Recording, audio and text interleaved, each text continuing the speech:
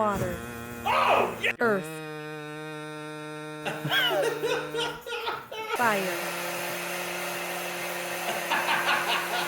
air.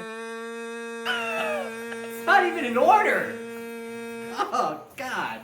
Long ago, the four nations lived together in harmony. Then everything changed when the Fire Nation attacked. Hey there, Zuko here. This is Revisited, a Nerd School production. Of course, I am joined here by my co-hosts, my wife. The Painted Lady. And I was born in the fire, okay. molded by it. And you think that gives you power? Now you have my permission to. Oh! See, in the beginning.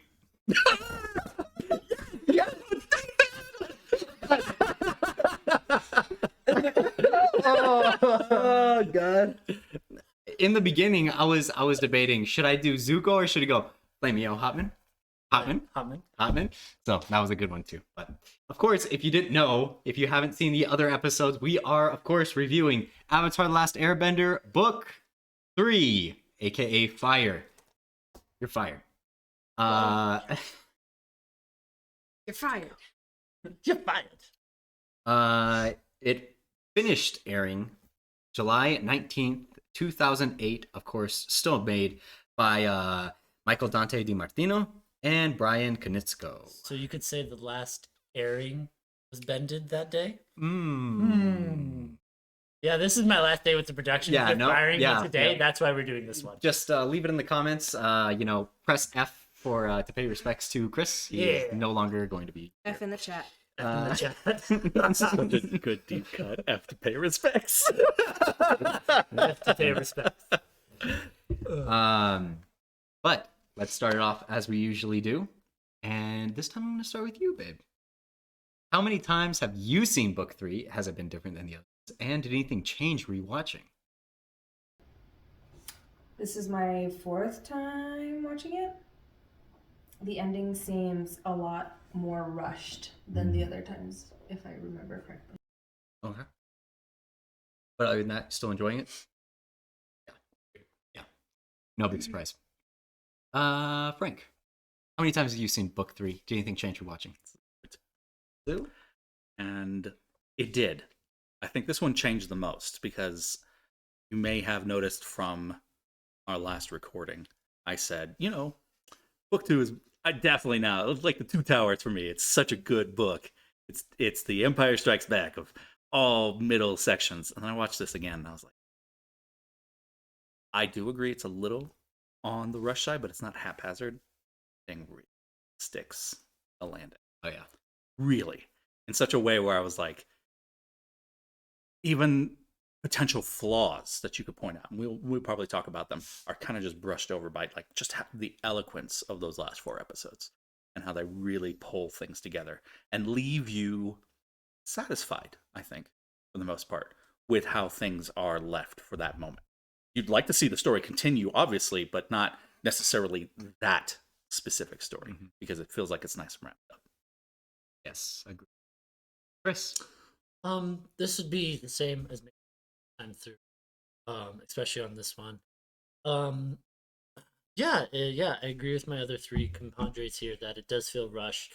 But the one thing that does stick out to me, and not that it was lacking in the other ones, but I felt like they really made sure that this, especially being the last season for all intents and purposes before Korra came out, the art style and the defining strokes and everything just seemed on a whole nother level.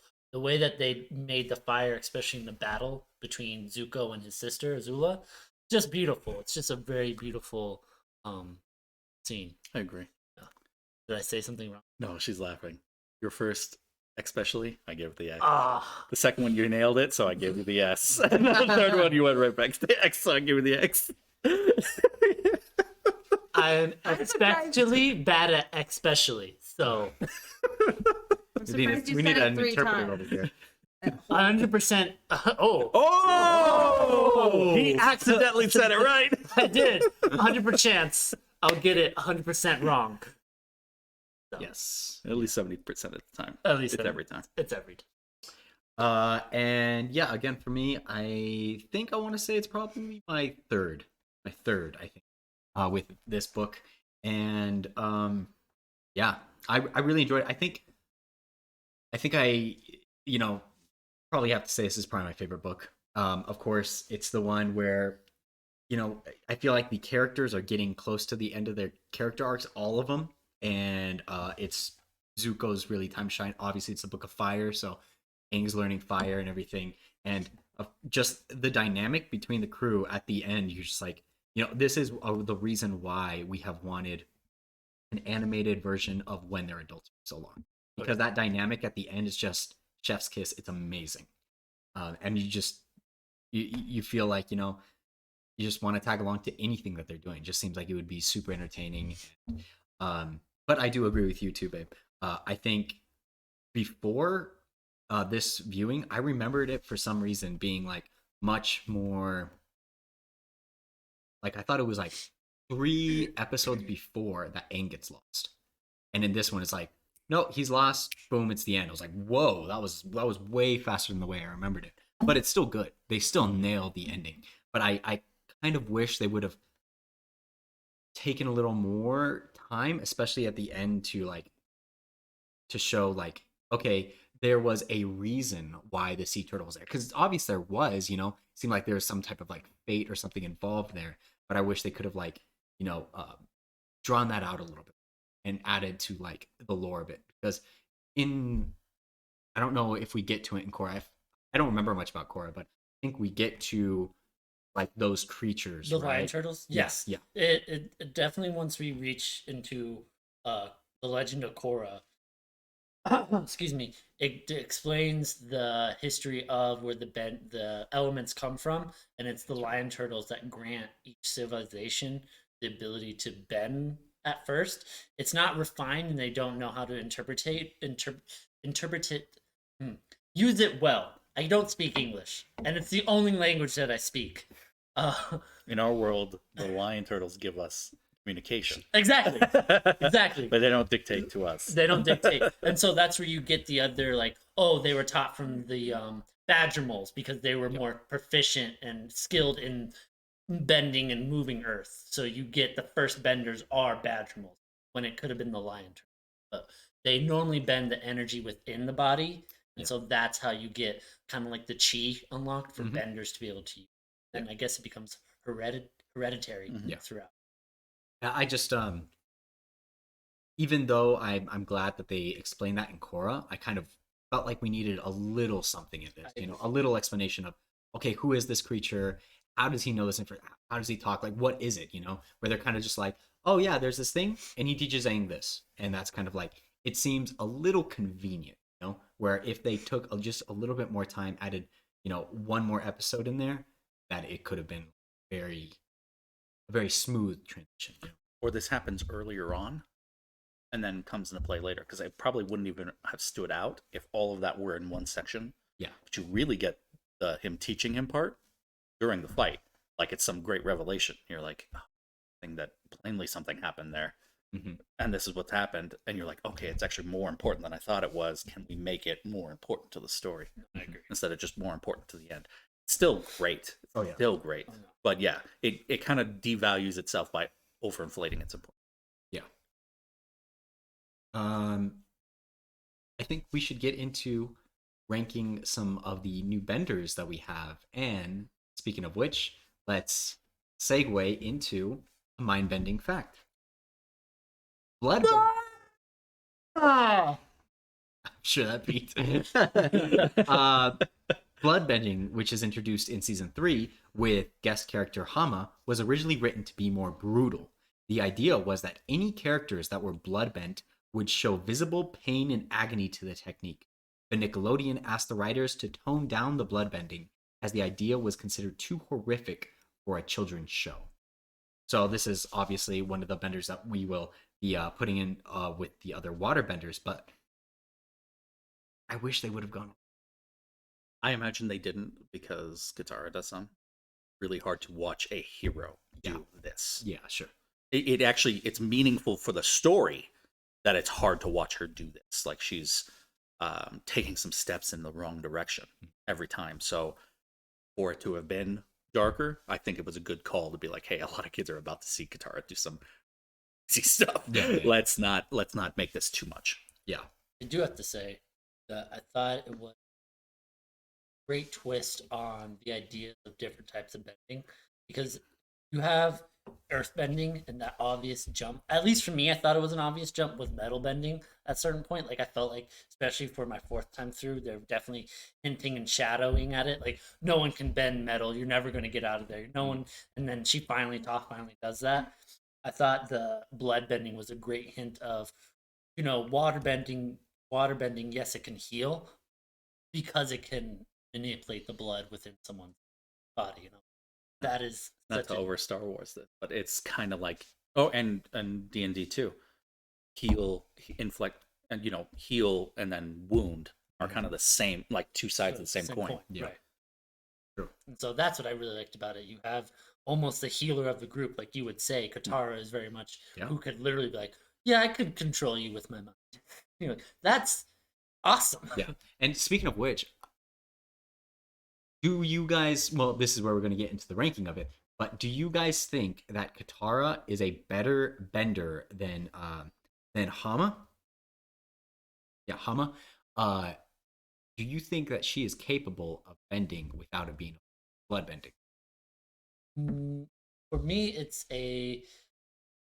at that point in time, no.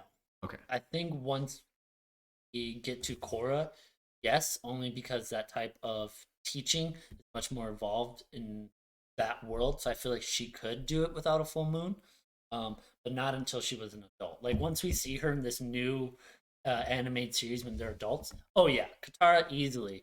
But as I thought the she show- did. I thought she Doesn't she did. do it a little later? I was going to say, Yeah. go ahead. without the Without full the moon, full moon? Yeah, without the full It's moon. post eclipse, yeah, When they were gonna go after the guy, with Zuko. bloodbender. is that a full? Does she blood bend him? I can't remember if that's during Mm, because there's two episodes It's not of that guy. eclipse. but she bloodbends the guy that they think is the guy Mhm. in the ship. Oh, But I think that's at that's night. right. It is at night. It's at but night, but the Not full full moon. moon Not had full already moon. passed. Yeah, it had yeah. been a Yeah. good 3 to Yeah, 5 days. That's a good point. I think Yeah. that's And I think the show further hints at her ability to do it Yeah. at will, when even Hama, Hama. who teaches her, is like, instead of being like, curse you, I'm arrested, she's like proud of her Oh yeah, in like an almost dark way. Like, Not you're even gonna all. be It's a very yeah, you're gonna be way better at Congratulations, me. you're a than this. bloodbender. Yeah, Yeah. and you kind of get the feeling from that, like, yeah, if she wanted to, that could be her field of expertise. Oh yeah. What I was going to say, and I noticed this actually the last time I watched this, that I feel like they hinted at what could have been a great use of water within that world. And I get why they didn't use it, because it's kind of obvious. And maybe that Katara does use it, and we're just not mentally noticing that she uses the technique. But how do you say the Hana. Hama? She shows that Katara, and she's doing this with an M. Hama. Hama Yeah. with an M. She's doing this so that Katara realizes that there's water and everything. Humans, you can She can pull it out of the thin air. She can I pull like out that, thin air, yeah. and I was like, "That's an An amazing... episode following where she figured out she could use her sweat. right?" So yeah, So that's where I was like, "That's an amazing." I feel like they sleep on that. So unless they use it in other episodes, and I just never noticed that, because she freezes it. Hama literally doesn't just pull water; she's able to then freeze it and then throw it as like Projectiles. shards. Yeah. And I was like, "Do that." Yeah. Bloodbend, cool, but stop. Yep. Yeah. And I really like how she could even like take it out of the plants, just like in one Yeah. sweep. Like it's crazy. So as of now, now that we're finishing off Avatar: The Last Airbender, who do you think is the best waterbender in the show? I think it would be. I would honestly have to see someone render and maybe build the fight, but I would have to see Hama versus Paku. Paku. That would be where I would determine, because then Katara's still good. I'm not saying that Katara wouldn't. It would then be whoever would win against them versus Katara. That's Oh, where okay. I'm So are you saying Katara's above them? at. Katara's above Okay, them. okay. And then for second place between Haku and and Hama, Hama. it would be they would have to duke it out. Yeah, It's hard for me to decide who gets the edge. Okay, so number 1 right now we still have the Moon Spirit. Oh, that's right. Yeah. So I don't think Katara's that good, you know. Oh yeah, I agree. I just forgot. So yes. Yeah. So and then number 2 we think Katara now? Yeah. We're bumping her up. Oh yeah, by bloodbending time, yes. Yes. She is amazing. Just by fighting Sora, right? Who? Azula. Azula. Azula. Asura? I Azula. thought you were trying to say Ahsoka. I forgot that too. Yeah. She's the one that takes Azula down. Yep, it's her. Yeah. So I was like, just by fighting her, she's got to be number 2. Yeah, I agree. Well, Azula. Azula. Azula. well, I feel like I was mostly saying that, but I was like, I am so scared. I'm saying these 3 girls' names wrong that I'm just like, What are the other 2? May Uh-huh. and Taekwondo. Nailed it. no, Got it. here first. It doesn't matter what you said. I would have said you nailed it. It's now I really want to say Taipei, and it's super racist. It's Tai Li. Yeah. Okay. Yes, it is. Yes. Type 2 of the best earthbenders Ever. in the entire show. Earthbenders, yet they grew up in the Fire Nation. It's very weird. Listen, I don't write it. I just watch it. And that's what I saw. Okay. Pat Frank is an idiot.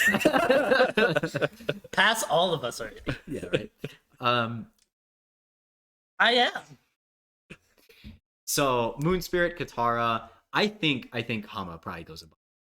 I Like can see she's that. really, and just the fact that she came up with bloodbending is like that shows her talent. Yeah. Oh yeah. I agree with that. That's a Okay. good one. Yeah, I see. I'm comfortable with that. And then Paku, and is that it? Okay, so that's it. So 4 bloodbenders that we have. Any For waterbenders. waterbenders? Thank you. No, you're good. Yeah, not all of them are They bloodbenders. would have gotten the comments about that. Yeah, so that's yeah, why like, "Oh." waterbenders. Yes. 2 are bloodbenders. Unless I guess the moon spirit could bloodbend, but we don't. Never been official. And let's get into firebending, I guess. And here's a mind bending fact before we do that.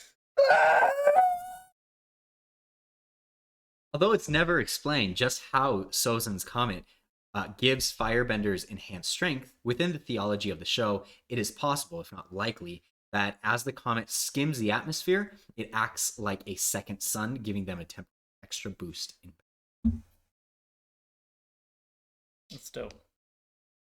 I always like to think of it as the way that my brain explained it was like definitely a second sun, or it naturally just, since it gets so close to the earth, heats up the ozone, and that allows them to build on that. Good science to that. I think just symbolically, like all of the heavenly bodies Oh yeah. have like significance. We just learned that with the eclipse. It must be just the routine of this that just is wrapped up in that particular ending too. So I feel like even just spiritually speaking, it works. It absolutely works. Like I never questioned like, oh, why do they get stronger? Like this is just their thing. The water benders have their moon thing. It's just it makes this Now, this sci- fiscal sense. Scientifically speaking, because I've always played with this idea and I wanted to bring it up for this. Do you think if it's every Not fiscal, spiritual sense. It makes sense politically. It makes sense spiritually. that, because this can happen with asteroids, do you think Sozan's comet would ever get off course that would actually hit the Avatar world at some point? That can happen. Like, do you think that would ever happen to where it's getting closer and closer to the Earth there, that it would eventually hit, and that's what's giving them more and more power each years? Ow. Ooh, but Aang doesn't live for another 100.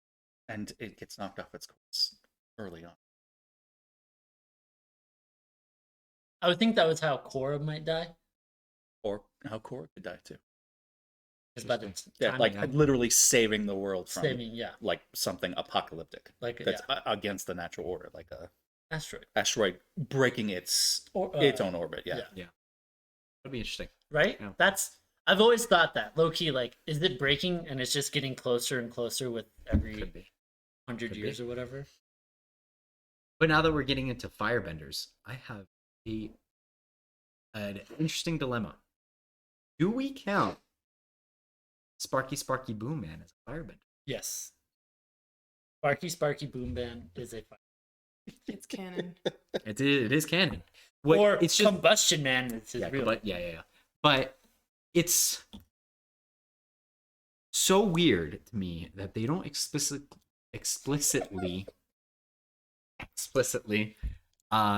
show There is an X in there. It was just you threw like 3 in there. X. Hold on a minute. Did we miss all the episodes where we see Combustion Man's and his crew? Or is that That's in Korra. That's Oh, okay. Korra. For some reason, I was like, maybe that's why it felt super. Dude, There's I a straight up- female. There's a female combustion woman. It's his girlfriend. Yeah. Yeah. In it's not the combustion man's Korra. girlfriend. That's Okay. Korra. It's what's his name from the Red Lotus that becomes an airbender. Ew. That's his girlfriend. He's like really short. She's like super. I don't remember. It's Dude, okay. we'll watch it. I am We'll watch surprised how much of Korra I do not remember.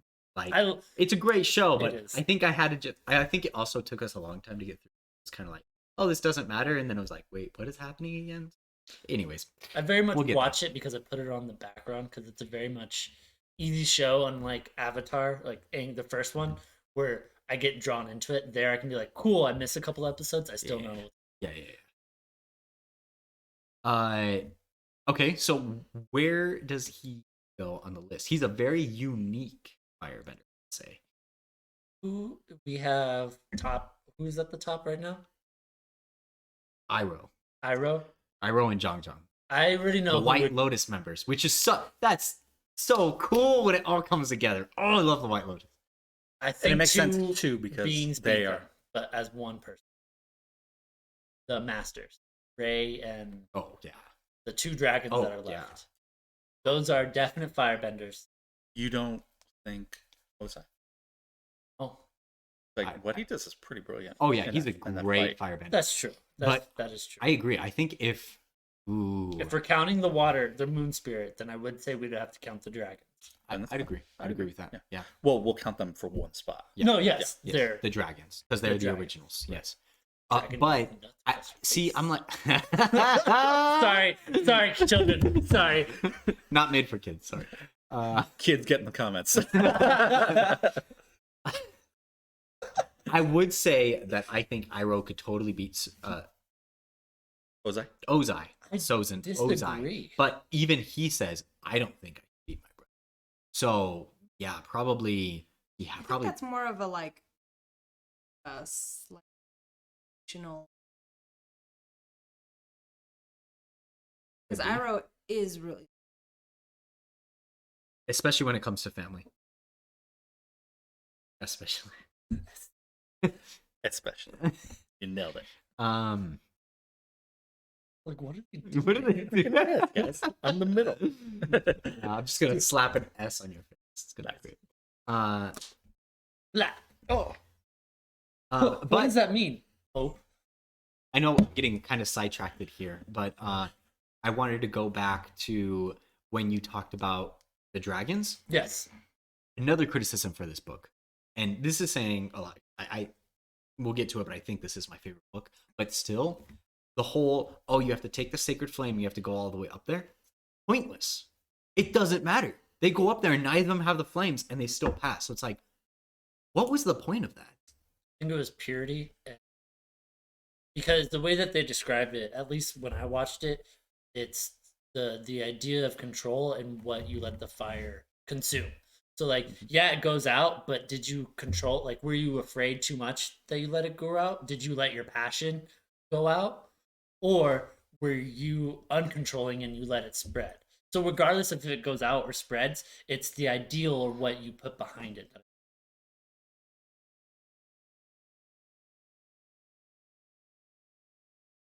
So kind of like the force. Think of Roku's conversation. Describing Saiza, their friendship. And then you get to the betrayal. And you really learn there's no just evil, just good good people are capable of doing bad things.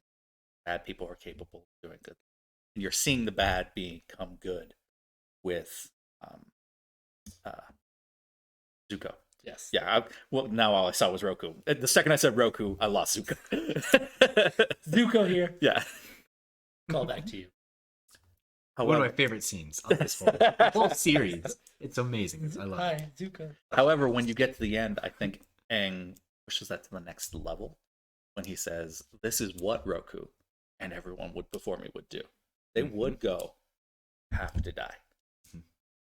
That is not who I am, Mhm. because this is beyond greater good for me." And I think that was a small testament to that. Is him almost losing the flame of everyone who came before, going, "Well, this is how it has to be. We don't want this either." But Ozai poses the greatest threat. He is the embodiment of the evil that Saizon started. Saizon was a good Sozin. Am I saying Saizon or Sozin? Saizon. You're saying Saizon. It's Sozin. Sozin. Okay, so Nikon. Nikon camera. Oh, I get the picture. There you go. When Sozan does a bad thing, he feels bad, but by the time you get to everything that's happened, and think about it, he did that for what he thought would be a greater good. He had a really good reason True. To spread. to spread the And Fire help the Nation, world, right. because he wanted to help. But the full embodiment of that bad is his ancestor, or his Control. Or ancestor, right? No, ancestors before, his successor, predecessors. predecessor still before, and that's where I got lost. I think it's successors, like down. They suck. You know, Right. yeah. And Ozai is the worst one. Ozai is the full embodiment of that evil. But Oh, wow. yeah, Yeah. Aang is not doing what Roku could do. He's doing what he couldn't do, Right. which was, You don't have to kill him, I don't have to kill him. but I can at least take his bending. But there's other answers. And that's what I think, at least for the third or the fourth viewing, a lot of people will confuse, especially when he does the spiritual, Not forever. the Wakanda Forever. When he's on the lion turtle and he's talking to his past lives, especially when he talks to Kyoshi, Oh, yeah. And she's like, yeah, I can. that's wrong. She's saying you have to be decisive. Mhm. You have to be sure of what your actions are, not just kill him. He gets the same reaction from Roku and even from the Avatar that's also an airbender. Yeah. And even the audience is led to, no, you have to kill. No, you have to, and even with the water Avatar at the time, you have to be able to be in your world and let it be at flow, but you also have to interpret the world. You can't just be like, well, what happens, what happens. No, it's your life. You have to be in the water. What? I'm so sorry. You have to canoe your own ship. What I'm trying to say. Steer. That's great. Steer. Thank you. It makes his journey Journey. to try and find that answer Right. much more satisfying too, because Exactly. it does look, because everyone else is also saying the same thing, and it sounds like very sound advice. Right. Just And I kill think him. for adults listening to that, it's like, sometimes a fool gotta get got. Right. You know, And I think Ozai is not redeemable. However, this like pure of heart is like, there's got to be another answer. I'm not looking to get my ears tickled. I'm not looking for the answer I want. I'm looking for the answer that's oh, yeah. Because of who he is, Mhm. which is an airbender. Conflict. So they're like, stop trying to avoid things, stop running away from things. You need to decide what you need to You do. do. But also, even the other airbender, like the argument to that is like, But even then- this makes Aang unique. She says justice, though. Find your own way of justice. When you go back and read, they all give different advice, Yeah. but it's obviously phrased as like you need to interpret it your own way. But it's all, you need to be decisive, or you need to be in control of your own world and step into it, or you need to have your own sense of justice, or don't hesitate to enact. Like with Roku, he knew that it was his friend, so he was like, I'll wait and see if he becomes peaceful and let things pass, but it didn't help.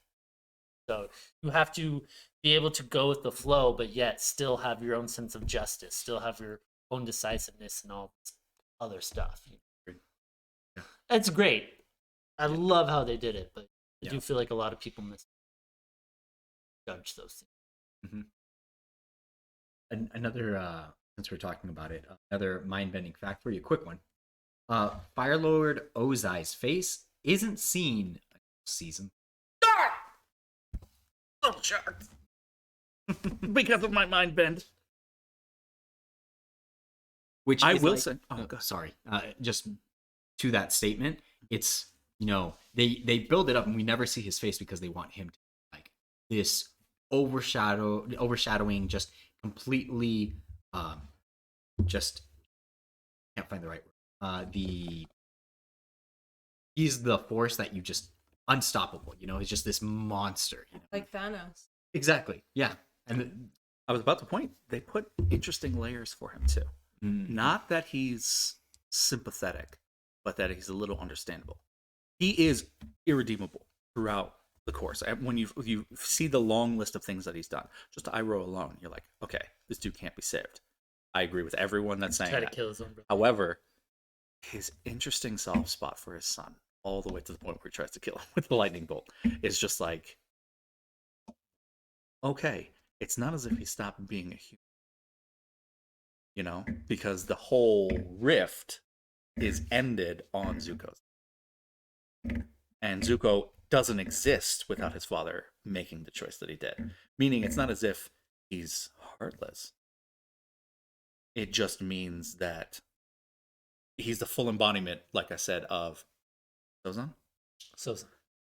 Sozan made a choice. Right. He's the guy that now makes all those hard choices. Yep. Because he's seen this through. Yeah. And that does make him an overarching villain because he's this unstoppable force. He's absolutely capable of making all the decisions. And I thought that was such a powerful scene. They have 2 mid volume 1 or part 1, part 2s in every season, and I don't think any of those let down. The lunar one ending like that is so cool. Oh yeah. I thought that was so good. Honestly, I was thinking about it, and you are probably going to hate me for this statement. Zuko is the... Oh man, you're really going to hate me for this statement. The version I prefer of Luke Skywalker. Okay, I don't hate you for that. Because No, it's like that confrontation he has with his dad is like I was gonna say, I amazing. didn't realize Honestly, until you put it out. yeah, Yeah. and I was already thinking in my head, Ozai is like Vader if Emperor wasn't around anymore. And he was top. Yep. Mm-hmm. Like he still has some conflict, and he still like has some understandable qualities, but he's no longer. Mm-hmm. And what Luke would probably be without good Jedi training. Like And he I- was trained, but like say he was trained by the Grand Inquisitor And I think- instead, and I or he's agree. trained by a living Mace Windu, like people who touch the dark side of the Force. Oh man, And I want to agree- see And that. I agree Yeah. with you even more because it's not No, like I you love can that. see Ozai's when they do the flashback when the family's still a family. Mhm. You see Ozai's ambition, especially when Iroh's son gets killed, and he's like, "Well, he doesn't have a son anymore, and he's distraught. Name me your heir." Blah blah blah blah blah. The moment that his wife steps in and goes, "No, you're not going to kill our son.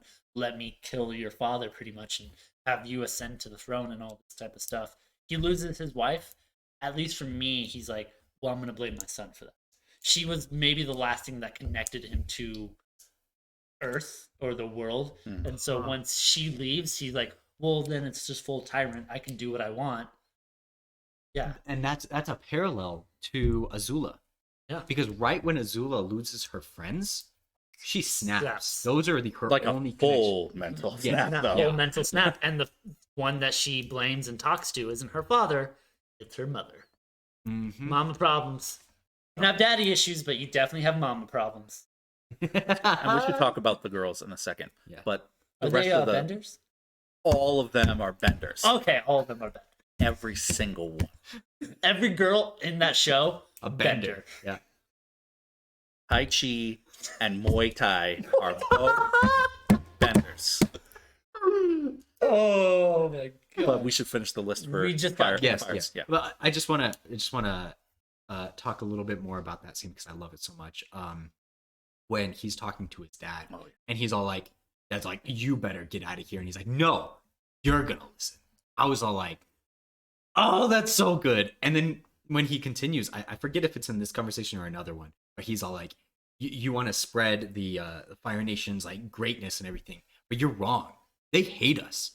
Yeah, They're scared of us. That's like, and I was just like, he is so determined at that point that he's all like, yeah, my dad might kill me here, but you know, this needs to happen for me to get right, which is just amazing. I love also the scene where they're on Ember Island, and he's all like, this is all I ever wanted and everything, and yet I'm angrier than ever and everything, and he knows that something's wrong. And then it all goes down to that scene of him talking to his dad, because like, this is what needs to happen for. So I love it. Yeah, that's almost in literally the same couple of episodes, because it's Ember Island and then it's the invasion. And then it's the second part of the invasion where he talks to his dad. Yeah, talks to his dad, and the moment where he gets struck with lightning and shoots it. Oh man, it's There's so lots of- intense. so good. Really good. All right, enough of that. No, I love that scene so much.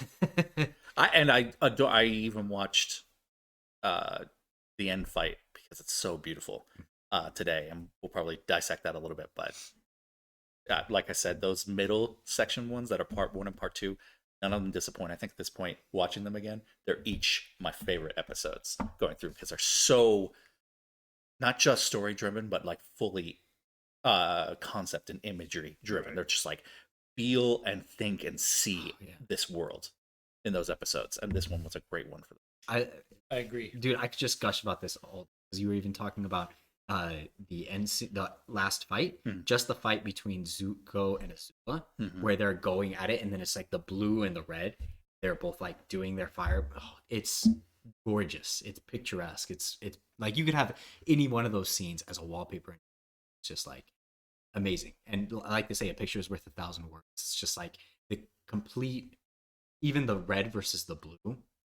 It's magnificent. I have grown not to like the last Agni Kai, because I feel like they take away from Zuko with Katara being. I think It's not a true Agni Kai.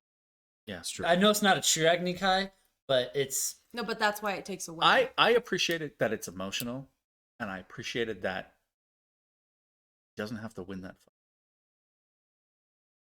But someone has to win that fight, and I think it had to be Katara. I guess. I don't know. And I could see like on the surface, but considering their stories and their arcs, he didn't need the win. He won by changing who he was and finding his true path. He didn't need to beat his sister. In fact, it would have been maybe a little like it would have undercut what he had tried to do, because he wouldn't have turned her. He would have broken her. I think it was actually more appropriate that Katara did, and then he sees the break because of his reaction afterward. I guess. I don't know. Yeah. It's just I thought there's a nuance to it. yeah. Yeah. In a vacuum, yeah, it would have been dope if he gets the big win off of one of the big bads. But For me, it was very much not just because for me he kind of deserves that win for me. excuse me. Very much so. Not that he needs it, but he deserves it. Okay. But also just at that point, you see her losing it, and you see Azula kind of breaking down to the point where you're like, oh no, Zuko has always been the better fighter. He's always been able to keep his cool. He's always been able to read and blend and go with the flow through any type of fight because of where he's been and who he had his training. Where Azula had to be perfect and on point, that any type of mess up or any type of mistake on her part throws her off completely. So you get to that point where Katara, yes, being there and selling that, oh, he would have broken her, does make more sense, and I'm glad you explained that to me, because that, yes, you are correct. But the idea that, I don't know, for me, it would have helped his character arc if he would have been like, no, I didn't. I love that Katara is there, but I didn't need her. This was within the family, and I didn't need to break my sister. I just needed to stop her. Let's keep it in the. Pretty much. It was for me. It was very much like, why didn't Katara just go? Like, if you were just gonna have the opposite elements fight, you should have just had them fight, and Right. and Zuko could have fought his father or somebody else. In my mind. having him at least win that fight or not have that big of a sacrifice to where he was completely out, I think would have done a whole lot better for his character, at least his character arc. I can see that. So That's the best part about that is I think it should be on both sides of the fence. A good story makes for dividing lines. And not like fighting, but like some people should go, that was a strong choice. I didn't like it. Or that was a strong choice. Because it really, really moves a lot along. Where it's almost, you would use the word controversial, but it's not a controversial choice. It's just a strong choice. So I respect the choice going, you're right with what you said. And I would agree with you. But I think I just saw it differently. I get that. Yeah. I guess it's the same argument with Luke and Vader. Does Luke really need Vader to throw the Emperor off the cliff? That was he could have just hold on to his lightsaber and not have taken any lightning damage, but it's necessary for Vader and for Luke to have had the Emperor, make himself vulnerable. So I get what you're saying. You and I have seen videos where that was absolutely necessary for his journey. Right. So yeah. But you could almost argue it's a strong choice. You could almost argue Luke didn't need to do that. He could have taken on both his dad and the Emperor at least maybe towards the end. I don't think I've ever sat there and said, he's the strongest Jedi. He's just the only Jedi. Yeah. I think later on you were expecting like a Jedi wizard, like he was gonna be close to Obi-Wan and even Yoda, but that was gonna be later in his life. Okay. I do think that he needed his father to fulfill his destiny. Okay. One way or another, right. And I think that's just the way that the numbers are painted. We'll talk about stuff. You had something to say? Well, I think that translates over. I think that's a perfect one for one, because you can look at that scene and then go, I like that scene, but then you can look at this scene and go, it didn't sit. But interestingly enough, you see all the similarities right similar, there. Right. Yeah. Both have lightning in them too. There you go. Okay, so that's also a good scene. Yeah, don't sleep on that scene. Yeah, it's such a good scene. But it gets into the girls. Well, let's finish that. And as I said, I want to talk about the girls. Yeah, but, sure. Because I think that's a really good scene. The dragons, and then we have probably who's at the top spot? We're saying the dragons. Yeah. Okay. And then I'd say Ozai probably, yeah. And not Soza. I think Ozai is probably better. You think he's stronger than his ancestor? But then again, what about Avatar Roku? We agreed because he's an avatar. That gives him the ability to enter that state and literally, even though yes, he lost against a volcano and Aang at the age of 13 beat a volcano, and I won't get into that. With that, I feel like that gives him an unfair edge because he can theoretically become almost like a spirit. Sure. So, but it counts. I guess it counts. I would almost say Roku would then be second because then it would be Ozai. Okay. So, okay. If he's anything like Aang, Rozu has the edge. Roku has the edge. Yeah. If he's not so easy, is it? Not so easy. And also, speaking of volcano, I completely forgot that the Fire Nation is like in the volcano. Mm-hmm. I completely forgot that. Nice little detail. Okay, so the dragons, Roku, Sozai. Ozai. It's not so easy, is it? Yeah. It's Ozai, and Sozin. Sozin number 4, you think? Oh no, I don't think Sozin should be on the list. Okay. Yeah. Who's I can agree. Sozin? Sozin is their ancestor. Yeah, it was Roku's best friend. Roku's he was the crown. The one who he sees him dying and he leaves. Yeah, he goes to save him or Okay. stop Because it the was island. his idea. I thought you guys were talking about Azulon. Zulon is The grandfather. father of Yeah. Yes. And I thought, I don't know why for some reason I was like, Sozin's the comet, guys. It's just the comet. Well, yeah, Well, it is named named after Sozin. Yeah. The comet is so good though. He's a great Super firebender. Yeah. He probably should be first. He's made out of fire. Rock. And his orbit And fire. is bending. Oh! Mind-bending fact. Okay, so third we have Ozai. Ozai. Sorry, man, it's It's the only one I know, so I'm gonna nail it. 4 Iroh Irosto. and then should we have Zhang or Azula? I love John Trump. And he's a member of the White Lotus. Yeah, So- it is. With what he does, that firewall while maintaining flight, yeah, and when he's taking back the city and he's literally Mhm. pushing a tank with walls of fire. Yeah. Yeah. And he's flying. So I mean, if you can fly, you can fly, you can fly, you can fly. Trademark. Okay, so Jong number 5. Cool. Then do we think Azula is better than Zuko? Because here's my argument here. I agree with Christopher. No, I think, and it's hard to say whether this is a good aspect of it or not, because Chris is not swaying me, but he's showing me the other side of it.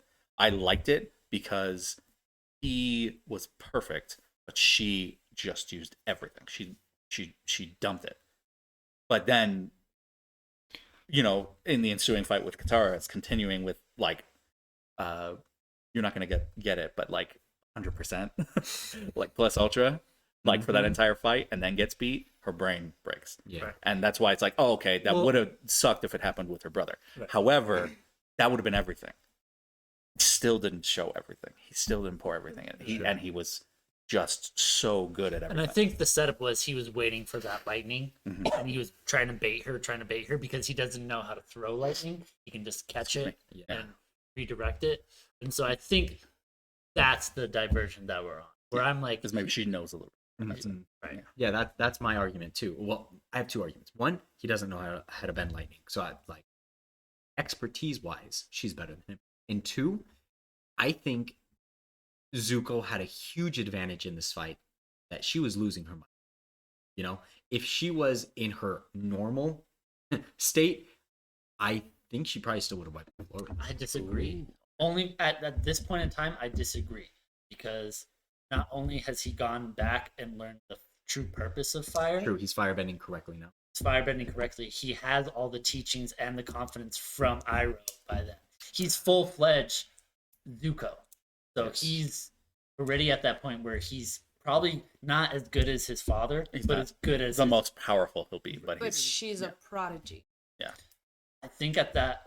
even at that point, So- he's a prodigy just as much as she is. Had to work really. It So didn't did just come she. naturally to. in the It came naturally to her.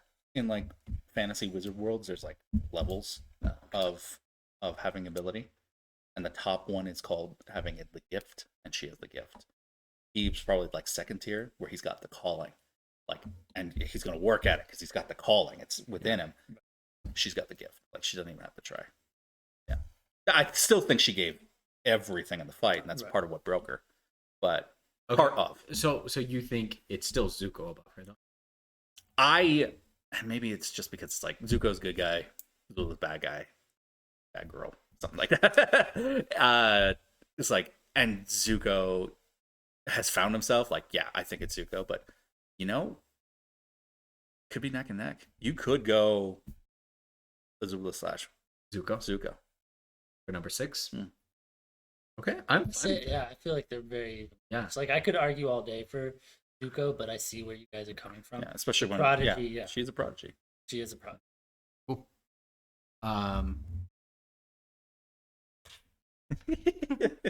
Sweet. So I think that wraps up the Firebenders for The Last Airbender. So, that being said, Frank, you wanted to speak about the girls? Yes, and I'd like to start by asking our resident girls to speak on the girls because we were just talking about it. Just the fact that they were childhood friends and they didn't even try to like Not trying to sponsor. they didn't even try to like help her like instead of and yeah they could have thought like hey she's so hard-headed like she's gonna do whatever she needs to do to get what she wants anyways but like you'd think that as childhood friends they would care about her a little more. But I guess the friendship there was just manipulation anyways. It wasn't based on, like, if you will, love. It was based on fear. And it's interesting when you see May and then Ty Ling both stop fearing her. And you could say, oh, well, Ty Lee never feared her.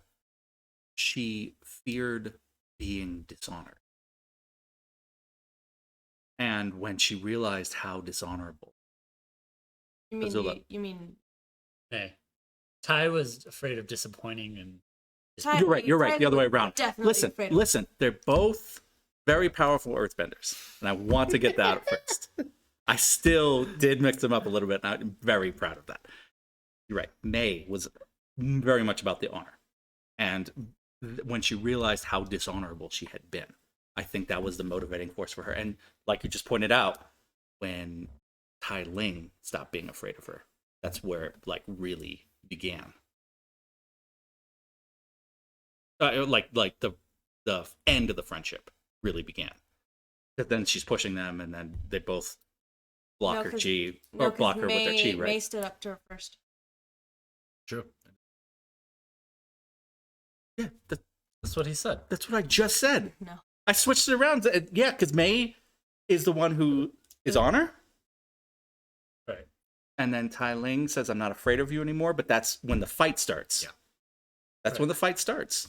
While Because they're at that- the prison, Yeah. May is fighting to help Zuko and them Yeah, she's escape. like, Yeah. what are you doing? And that's basically the end of their anyways. Yeah, and that's what I'm saying. That's the So- start of the end of their friendship. The start of the end of their friendship. So It's May- sentence I meant to say. So May started breaking the first, and then Ty Lee. Yes. Ty Lee Yes. Taiping. Typing. kind of backed her up. Yes. I think Ty Lee was just afraid of being the only one. And I get that. Both of them are very strong people when you look at it. Like May doesn't necessarily, she's not a shrinking violet. You know, especially in all the conversations with Zuko. I don't think they would take her on though. No. And it was awesome that they even put forward the effort with blocking her chi. Yeah. Chi? Yeah. May, when they block her Ty, chi. Ty Lee can block Well, chi. they blocked Doctor? everything. Mouth. They blocked everything. They blocked her muscles. Oh, Yeah, that's she's- true. Yeah. She There's couldn't pressure even points, move. and she. Yeah, you're right. Yeah. Dope. You're gonna pee your pants in like 2 days. Facts. Is there a move that can make a grown man crap his pants? Yeah. Did you do it? No. I'm just gonna go now. I love that scene. Ah, man. If you know it, you know, know it. it, yeah. Leave it in the comments. Leave it in the comments. I think that's very apropos of the other part of her. This is now Azula losing it, Mm-hmm. because these are the only people she, at least, it's her manipulation, which is funny, but she lived a sort of manipulated life herself. So she kind of thought this was, Oh, you live. yeah, and these were her friends. But to be so, in her mind, rejected, and then to nearly lose to her brother, and then to lose to Katara, was just the end of things at that moment. And I like that because you see some redemption for those two girls, especially May, because May could hate Zuko, no reason not to. Kind of breaks up with her in a bad way. It's the Avatar way of texting to break up. I'm leaving. Bye. Yeah, but she helps them escape very specifically, and you're like, okay. Anyway, I thought that those little bits with May and Tai Ling really build up the back end of Azula. The reason I thought that was so powerful is what we just talked about, is that fight has so much more meaning for both involved. Yeah. You could just say, well, Azula is bad, but she's also kind of a sister. Like, no, she's got a full-fledged story, and she's dealing with things. And she's, in her mind, lost friends and lost her ability to connect with them. Reality, she's lost her power over them, but she doesn't see those as two different things. Mm-hmm.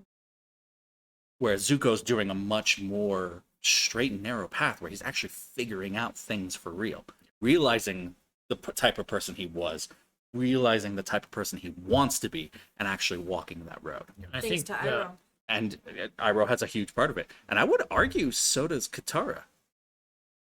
Because she, in her anger for him, because she was the one who trusted him first in the first place, hanging on to that this whole time, starts to take on some of the qualities that now he had seen in himself and goes, don't do that. You know, when he sees her trying to hurt people. try to hurt people, that's not the path you want. He's honestly doing a good job of not just being a good taught one anymore and starting to be a good teacher. And so it's so appropriate when he's like, at least offers Aang, like, I'll be your teacher. And you're like, I get it. The guy's stepping into that role. Yep. I do.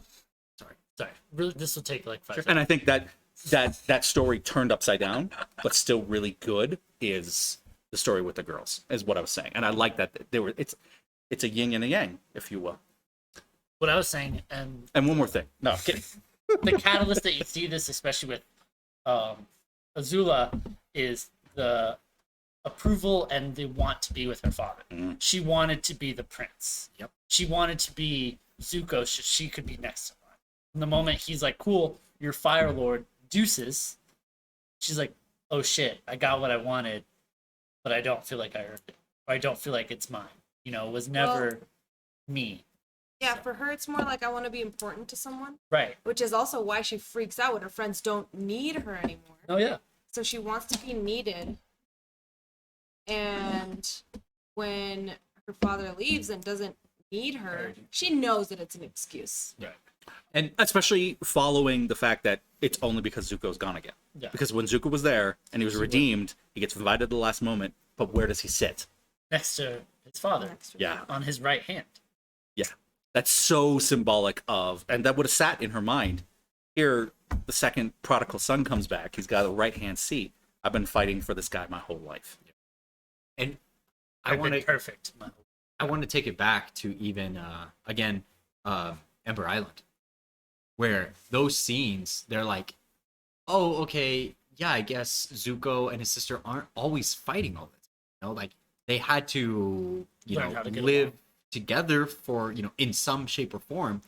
And it kind of shows like not their natural state, but like kind of like when they're not at each other's throat, this is their dynamic. Mm-hmm. And it shows that Azula is like, she is a person, but there's something missing, Yeah. like especially even when she was like trying to flirt with the boys and everything like that, like she needs this attention, but She's just there's something off, bent enough. Yeah, Yeah. And eventually that bend becomes a break. exactly. That was a good, and it felt at a show where people are using elemental magic real, where it's like we'd seen them fighting. They should be mortal enemies, but that's not exactly how family works, Yeah. For everyone here who's had siblings, had moments where you're like, I'm going to take that person's life, but then you rebounded without much conversation. And then there's that, and I love the trade-off between his Zuko's relationship with his sister and Zuko's relationship with Iroh. You see that, I'm sorry, you should be hating me, and he's like, no, I was just sad because I thought you lost your way. And her like, yeah, we don't hate each other, you actually fear me for good reason, but we can get along and we can be the best of teammates. You see them play volleyball. When her and Zuko are on the same side, they destroy. And that's a game of volleyball. By the way, that is such a Anime poll. not even just anime. Like that's an anime poll because anime is already pulling that from 80s movies. That's true. Like, and it's such a cool, like, okay, that's a hat on a hat. I love it. Yeah.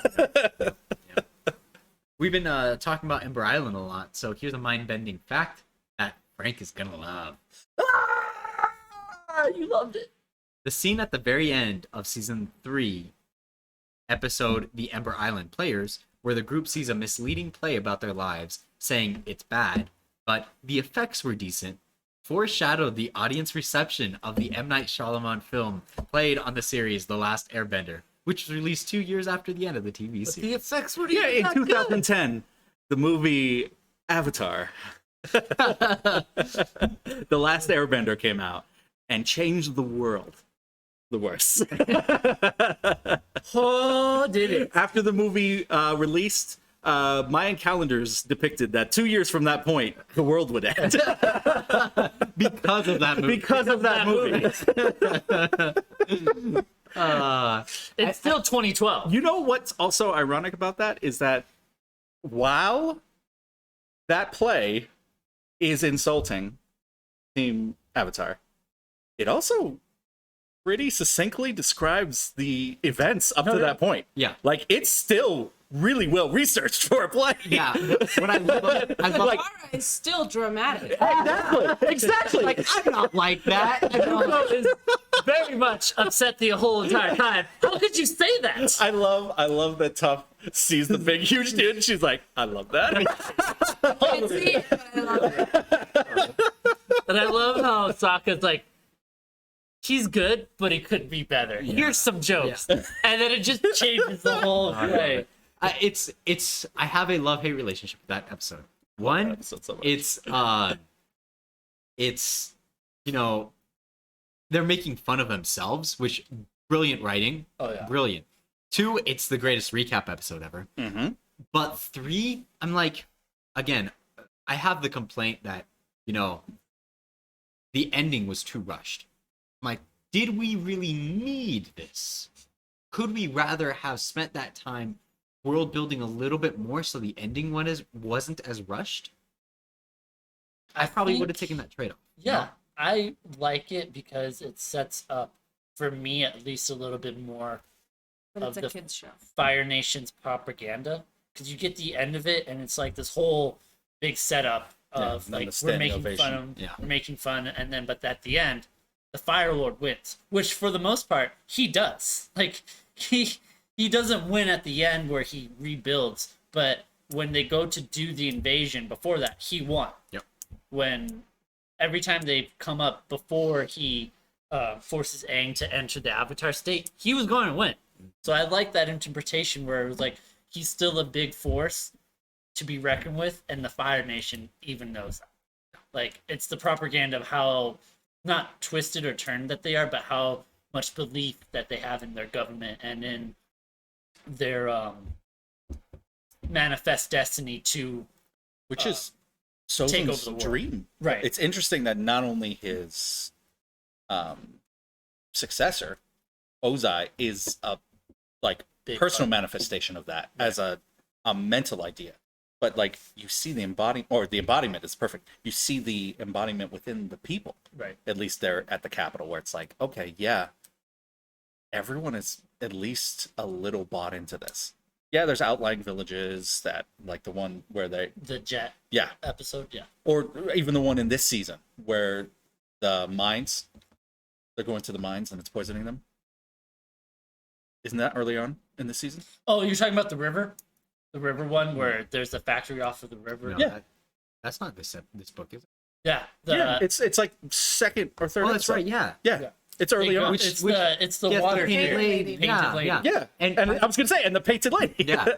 By the way, I completely forgot that the painted lady is actually like a spirit, and she Yeah. does show up at the end. I thought she was just a complete like Because they made fixed up. the river. Just a myth. Yeah. Yeah. Yeah. That was And really you, But you see that even they have outliers within their nation. You're like, of course, and the capital's going to feel the same. No, they don't. As far as he's concerned, he created within at least his world exactly what he a nation envisioned. under All one flag. Yeah. exactly. A fire. And so Sozan's dream did become a reality. Yeah. Just not, yeah, and not the reality he thought it was going to be. Yeah. I saw a TikTok a little while back of an amazing idea, and yes, we know that it's been confirmed for later that there's going to be an animation of when they're older and everything. But they're like, what if after Last Airbender, and they pitched this would be the next series. Water, fire, earth, all these elements the Avatar mastered, and he fought the Fire Lord. Everything changed when the Fire Nation attacked, even and especially the Fire Nation. Now I, Zuko, have to rebuild the Fire Nation out of all the destruction. And I'm like, that would be amazing. That's cool. He becomes like- Fire Lord yeah. at the end too. If So. it literally picked off from that point and shows like like this is not an easy road. You have to convince the whole world that That you are not the enemy. Especially when you were also one of the faces of the enemy. Yes. It's not like he was some He obscure was person. the prince. Mhm. For the longest time, he was hunting and trying to kill Yeah. the Avatar. Exactly. Yeah. and now it would be, no, I'm good. It's the same thing he had to prove to the group in this book. gotta He would prove have to to the prove to the world. Yeah, that's such a good story. That would be amazing. That would be an amazing story. I love that idea. But I also thought this would be a great idea because I know they're giving us an Earth avatar, this next one, after the Yes, it's going to be after Qatar. Katara. Yeah. I thought it would be a great idea. I saw this one on TikTok too. It's where Korra. Korra, not Korra. Qatar. I yes, agree with you. We both completely. I mean, they're both after Katara, so we're not wrong. So glad I didn't chime in. I was like, "Sir, what are they talking about?" Oh, cool. They were super wrong. I thought it would be cool if someone brought this Wait, is up. it after May? Yes, Okay. after May. After Telly? May, March, April. Oh, that was wrong. May, March, April was the perfect way for you to do the calendar. In Avatar, The Last Airbender universe, it goes May, March, April. No, it doesn't. Yes, it does. It does. February, right out. Right. 11 months. Just 11. 360 days. You know that famous 5-day month, February. Yeah. Sometimes 6. Sometimes every 4 years it's 6. To every 5th month, you add an extra day? Yes. February is a very short Oh month. my goodness. So Flies true. by. So, You have You to get pay 2 rent like immediately. It sucks. it's fine. It's fine. Shut up. You were saying, sorry. It's like $3 of rent. It's fine. It's not the whole. You were saying about the Earthbender.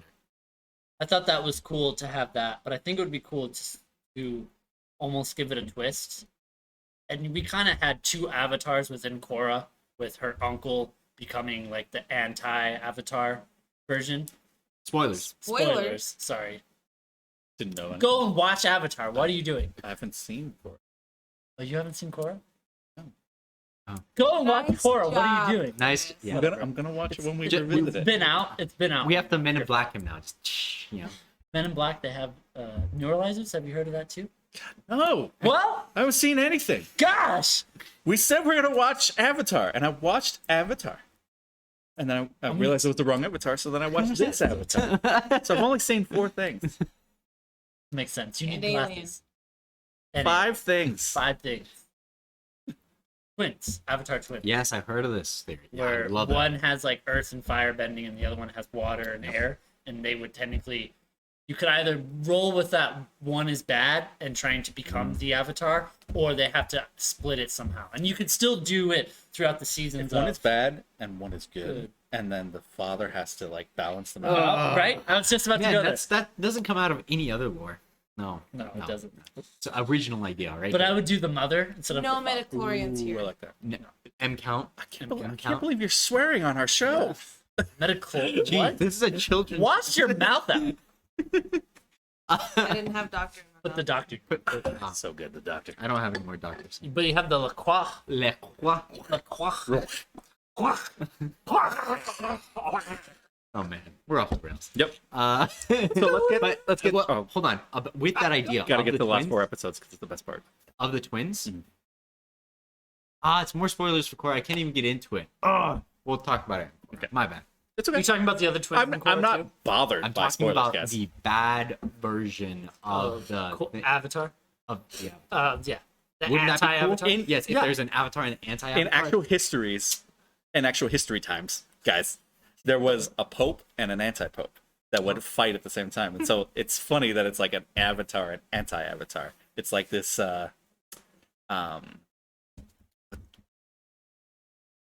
what is a southeastern religion that's really, really big? It's like the Buddhist version of what Christianity did. Yeah. Yeah. In the Middle Yeah. Ages. It's actually pretty accurate. Yeah. I love that. Anyway, the last 4 episodes are a 4-parter that encompass this tremendous fight. Yes. Who's That fighting? is so dope. That choreography at the end, like just the whole episode, Zuko versus Azula, and Aang versus Firelord Ozai. Ozai. And- Phoenix King.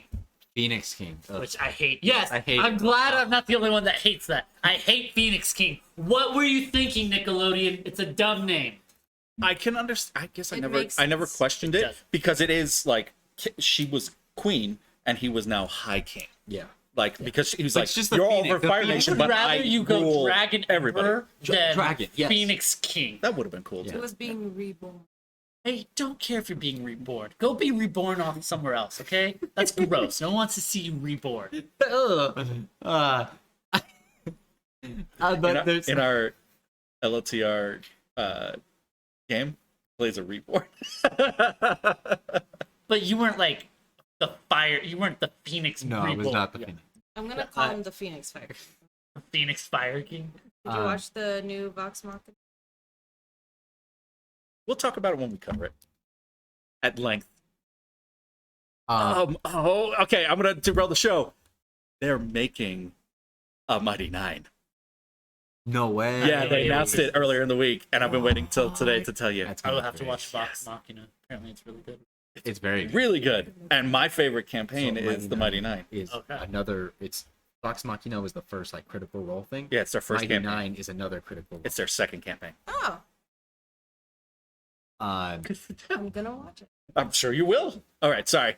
We're not- talking about something else. not only is the fighting between those good, but even the like fighting between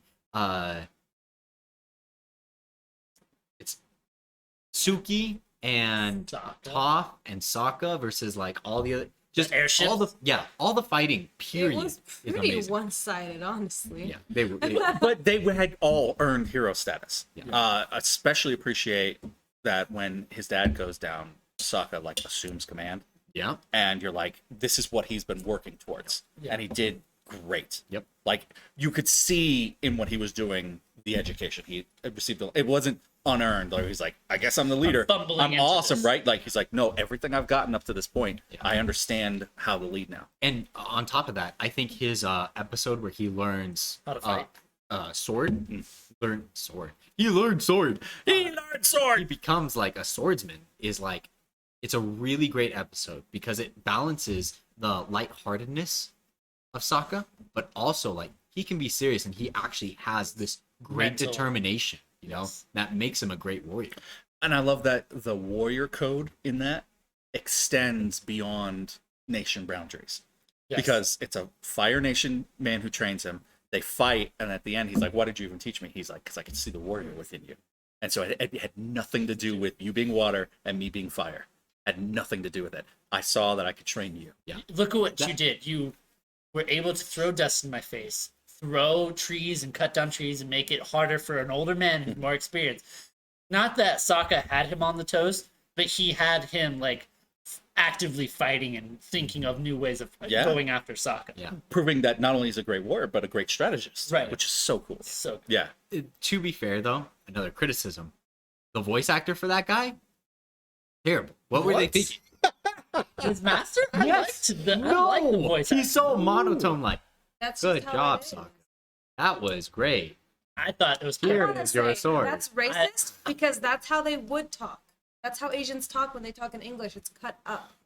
But they have many and we other. talked about this. Like I know, maybe he I know. was Asian or is I don't know if There's- he's still alive. There's but many other Asian cultures. Oh, like the even, actor. the who's actor portraying- But even like yes. Zhang Zhang, he's Asian. He's portrayed by an Asian. and he actor. still talks cut up. Not as much as that guy though. I don't know. It just for It's me, also- it just he's- didn't hit right. I very much felt like Sokka being a student was an Anakin being taught by a Mace Windu.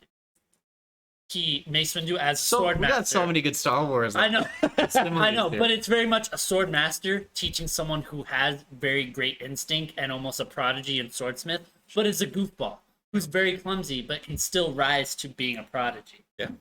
Because you see that with Sokka, even in the beginning of the show, he might get his ass kicked, he might get his butt kicked by Zuko, but Zuko was already an all-around fighter by the time they first meet.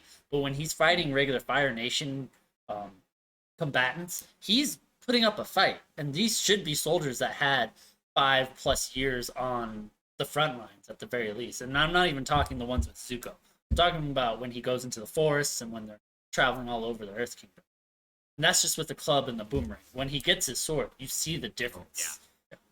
And I just want to bring up, he shouldn't have lost his boomerang. The boomerang should at least have come back. Oh, I thought you were talking about the sword. I'm like, He shouldn't have lost the sword either, but the boomerang sword. always comes back. I wonder if he's like, I don't know. I think it was such a unique sword that I'm like, I really hope he has something similar when he's an adult because it was just so unique. Really I'm cool. sure they'll find it. Yeah, I'm sure Also- he's gonna get a boomerang, better one. Yeah, the voice never pulled me out. Yeah. Yeah. So I very much thought- and I like that, and it's another one of those moments where it's so good in all of its writing that something that's a strong choice could again kind of pull you in different directions. Sure. And it's not even a part of its story; it's just the creation of what we're watching and seeing and hearing. Yeah. That it's still like, oh, that's a strong choice. Some people feel this way, other people feel this way. Well, how do you feel about the character? Character's Oh, dope. character's great. Yeah, yeah. He's great. I love the whole White Lotus, and even the like that being a thing in this. It's like straight up like Anybody could be a part of it. and it's so not cool. it's not the Avengers, but it's like it's the Illuminati. It's the Illuminati Yeah. in Marvel. good There's Illuminati? the Illuminati. Yeah, and it's amazing. Yeah, it's So- Marvel. I agree. Okay, that fight though. Yes. That fight though. I have one thing to say about that. Mm. Even though Aang does hit the part where he's overpowered, where he finally goes into that Yeah, When he Avatar state, reconnected. when he gets reconnected, I still feel like they undersold him a little bit at the beginning. And I get he's a kid and Ozai is very much the Fire Phoenix. At the that Phoenix point, lore. the Get Phoenix it right, King or okay? whatever he's reborn into. I just feel like He's they the Scorpion King. Yeah. Scorpion King. And here's your answer. He's Aang underpowered. is still trying to avoid, Yeah. That's true. and he still, even though he knows that he can cut off his connection to his firebending, doesn't really know how he's gonna do it. He's No, I still get that. avoiding him, so Yeah. he knows that he's missing out as the Avatar. So I think that's why he fights the way that he does until he's connected again. I think it also shows him that readiness. We talked about the purity getting in there, Okay. but I think also them going all the way to the top without the fire is fully explained in the fact that just because they got there without it didn't mean the fire wasn't there with them. And I think that's the whole purpose of showing them that is he went into that fight not knowing how he was going to do it, even if he did hit Avatar State. And it's funny, you see him almost turn entirely red before he pushes away, meaning Avatar State didn't mean anything. That's true. He wasn't OP in that moment because he was doing something that no one had ever done before, or at least no one in the cycle had ever done before. But he's so pure of heart, and he came there ready. Fire was there the whole time, kind of thing. Literally, the fire was there. Yeah, the whole time. Yeah, I did want to. The fire was there the whole time. I was there the whole time. Yeah. I did want to bring that up that he didn't use any fire in it. Mhm. Although I'm bringing up a lot of criticisms, but I feel like It's okay. It's worth it. like this is still my favorite book, but there are more criticism than some of the others. Like him just the rock touching his back in the perfect spot that activates like seems very It's a very kids show. I get it, but Sometimes with coincidence like that, because it's where he got hit with lightning. Right. So it's a setup to, okay, sometimes fate has Yes. as much to do with what's happening as choice. and I wish they kind of would have hinted at that somehow because obviously the lion turtle isn't just around at all times. There is a specific reason why he's there, and the best explanation in this world is that it's fate. You know, Mhm. so if that's and if you put that up to fate, then yeah, that him getting like be pushed into the Avatar state at that moment, obviously fate as well. But I kind of wish that they just would have said something instead of it just being like coincidence, you know, and after a while that could start to seem like cheap storytelling. Go. Go. We always argue about this because in my eyes, as an avid reader, I like You to can read read. a lot of novels. I like to guess sometimes. like, oh, that must have happened because of this, or you know, they meant it this way because of this, and he wants the answers given to him on a silver platter. And it's just like, if it happens, it happens. Just use your imagination. That's what makes reading so much fun for everyone, because what Chris would have thought about that scene and what I would have thought about that scene in reading it, even if they were different, if the writers intended it to be that way, that's perfect. That's fine.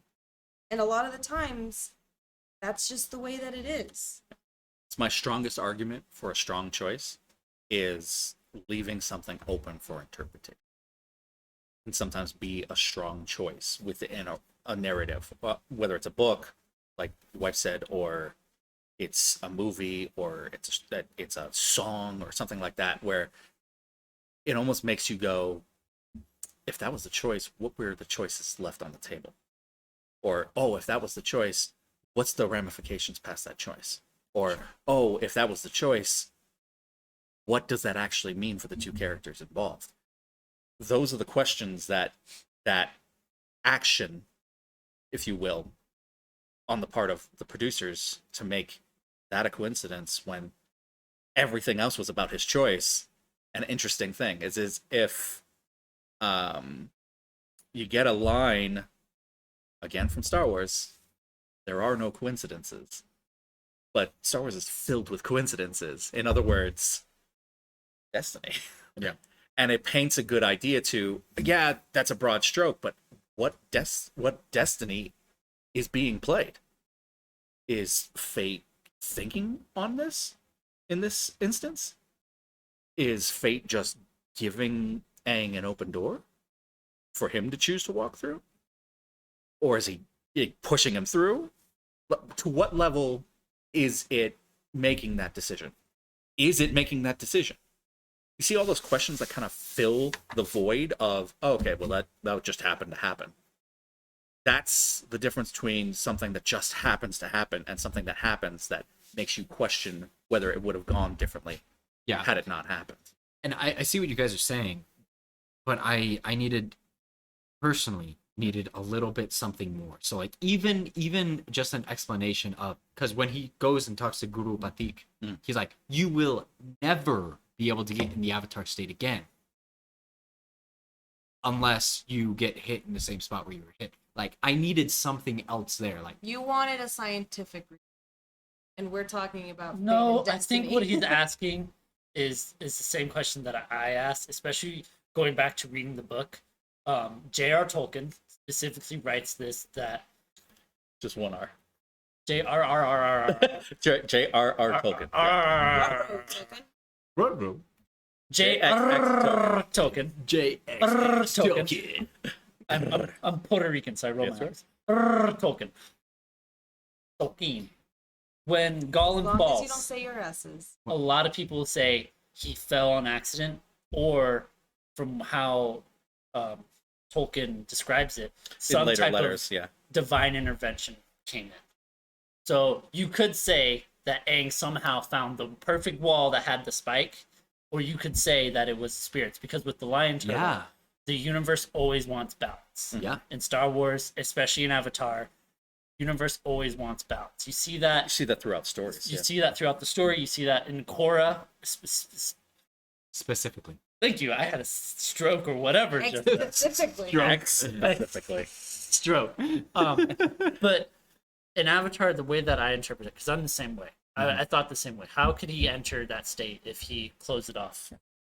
It would have The been way interesting to have hints along the way, right? The way that I saw with that and him being attacked, not that he finally learned to let go of Katara, but he knew to put her on the side, because this is more important now. I am being attacked. I am being hurt. I have no other results. Literally, something is stabbing me in my back. I have to focus on this and not let everything else hold me back. So then he enters the Avatar. Okay. Because he knows that he's not going to kill him, but it's the only way to get to that point. Yeah, that point. That is a cool thought process too. It could be that. Yeah. So, It would be interesting if you had almost like a Revan buildup, where there was, and it'd be now. I almost want to go back and listen to some of the sages, Oh. as you go through, and see if they're not building for that moment, going, you know, some of these choices, your choices are not your choices. There's a balance. Like, I wonder if they've hidden that in the dialogue Maybe. for you to Yeah. see too, That'd be cool too. which is Yeah. really good writing. If so, Because they only hint at the lion turtles once you're in the library. The first time we ever see anything about the lion turtles, and he's not even the biggest one. The other ones can literally fly and have cities on top of them. Like, they're huge. They're built into the actual world. So wherever they've gone or whatever they've been doing, they've been gone for a purpose because of the human race. So it only takes one of them and a very small one to come back, and almost gives him the spirit-like world where he can learn to be like, well, you're not wrong. He needs to be killed, but you're not also right that you can't just do nothing. You have to at least do something. Yeah. And he kills his spirit. Once Ozai Yeah. gets his bending taken away, you can clearly see his spirit is broken. he's dead, and like, he's done. And Which is also an interesting tie to Sever Force. yeah. yeah. And I don't want to keep making it seem like I'm a Debbie Downer or anything, but like that scene where he's like taking his bending away and he gets consumed by the red, and then his blue. Naruto has done it so much better. Where if there's a pull, We don't like- say the N word here. I know. I'm sorry. No M's, no ends. No. Oh, That's right. No. That's right. I'm gonna double down. No maze. No typings. Oh, typing. I did it on purpose. There you It's go. typing. I remembered it the whole time. I remember. Remember Where it's when like, they if remembered it. if there's a fight like that, there is a visual internal struggle, you know, instead of it just being like, "See by red, never mind, it's blue." You know, they actually show what's in their hearts, or, you know, why was there a change? You know, where it's so pure of heart, great, I love it. And I'm Give us a kinda visual seeing- representation. I'm kind of seeing now. Some of the art and some of the story is so brilliant, you will think in your mind, almost subconsciously, that it's anime, and it's not. I know. So I know. for me, especially now going the second time, definitely knowing from you guys, it's not anime. I think I could pull out and go, that's symbolism. And sometimes That's the true. imagery of symbolism is all you need. That's true. Whereas I think that is lost in the translation of an original manga. You do need to know the internal expressions, because that is as much the symbolism and imagery as the actual image. The way that I see that, especially with the symbolism, it shows Ozai's resolve. He's not going to be conquered right away. It's his last little bit of push, because he knows at that point he's at least done. He's been casting bricks. You can't really bend fire at this kid, because he literally just gets the fire, bend it back at him. This is my last resolve. I can push, Hail Mary, and try to take over this kid's body. Aang at that point is still, I don't think, is still fully committed to taking away his bending. You know what I'm saying? He just learned it. He's mostly avoiding. So at that point, you see this idea of, oh, I'm being consumed, but I'm still the one. I'm still the Avatar. I'm still best. Like, that mental block kind of releases. Like, no, I can do this. And he finally just... And isn't there voiceover from, Yeah, you from get the the lion lion turtle. turtle? Yeah. Kind of saying, you need to be sure about this. Yeah. You need to be complete in your resolve. Right. All I would have needed is right as he's being consumed, a flash of aura, a flash of his future, a flash of something. That's worth fighting for, kind of thing. Yes, and then boom, that's all I needed. You know, I think you get that. Get DiMartino on the line. Let him know. I could see. I'm not saying it didn't. What is Dan Martino's phone number? The Dan. and no, D Martino. Oh, Dan Martino. It's Michael Michael- Dante Di Martino. oh, I'm definitely not on that one. I think that it wouldn't hurt to add it, but I don't think it truly suffers from I do agree. from its absence. I do agree. Like, It it's one of those definitely- where, yeah, the addition would be cool, yes, because among other things, I don't think anyone at the table argues that the season felt compact. They could have easily put things out to have more of a... wait, what you're saying is that they really went fast through the last season? Did they that last season go by fast? One of the things we're not talking about, which should be one of the focal points of the third season, is the romantic relationship between Katara and Aang. But I'm so listen, mad about that's that. so it's rushed to the point where it feels shoehorned in. Yeah. And they've been building for it, so it shouldn't be shoehorned in. It's not, but it's rushed because they didn't have enough time to explore it. I mean, they didn't have to have like a full. They're children, but What do you say? his dark material saying they're not going to bone or What? anything like that, man. It's Nickelodeon, but his dark materials and other young adult novels that are really, really well written describe first loves and how that's a process that takes time, because among other things you're trying to figure out your own feelings, let alone your feelings for another person, Right. because everything is so new. It's the first time Right. for that kind of emotional state, and that is so rushed between the two of them that it even that if you just said that alone, it signifies that the season was too short. However,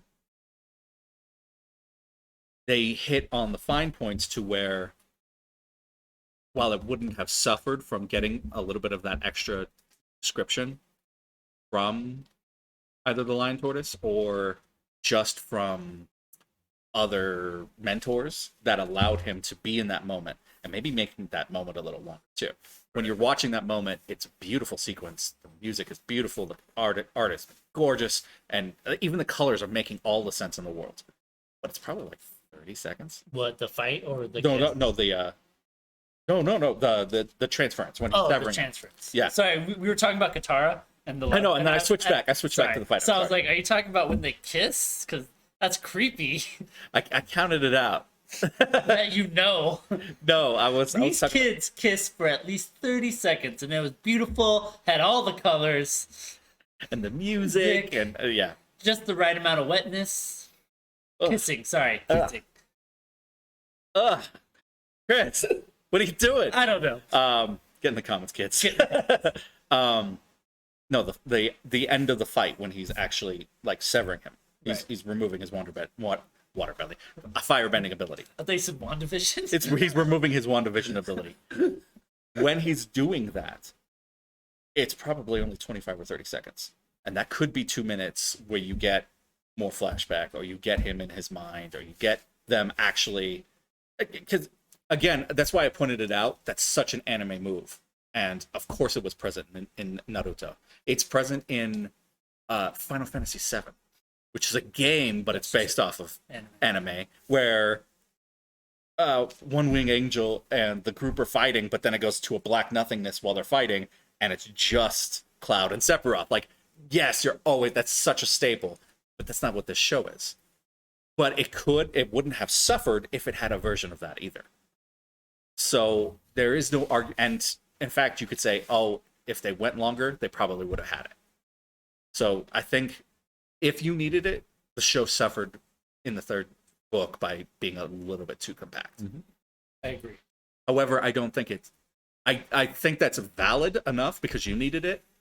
More than valid enough because you needed it. But I don't think it's a knock against the season or the ending of the show, because I still think it's done so well. Or even like we brought up, and I'm rethinking it, when the lion turtle shows him energy bending, have that set up before, like in the library, like energy bending or something along those lines, like you said, because then that would. Is that what it's called? Energy bending. Oh, okay. Yeah, I just remembered. It's called energy bending.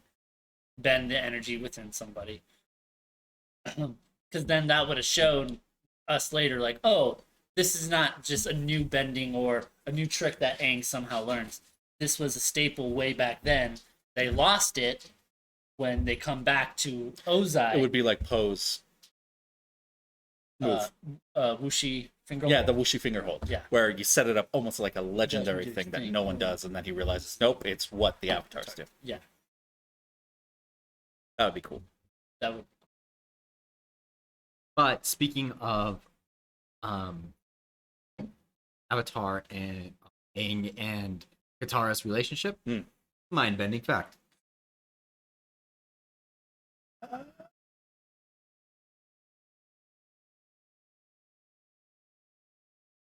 Guru Patik explained. So creepy. What are we doing?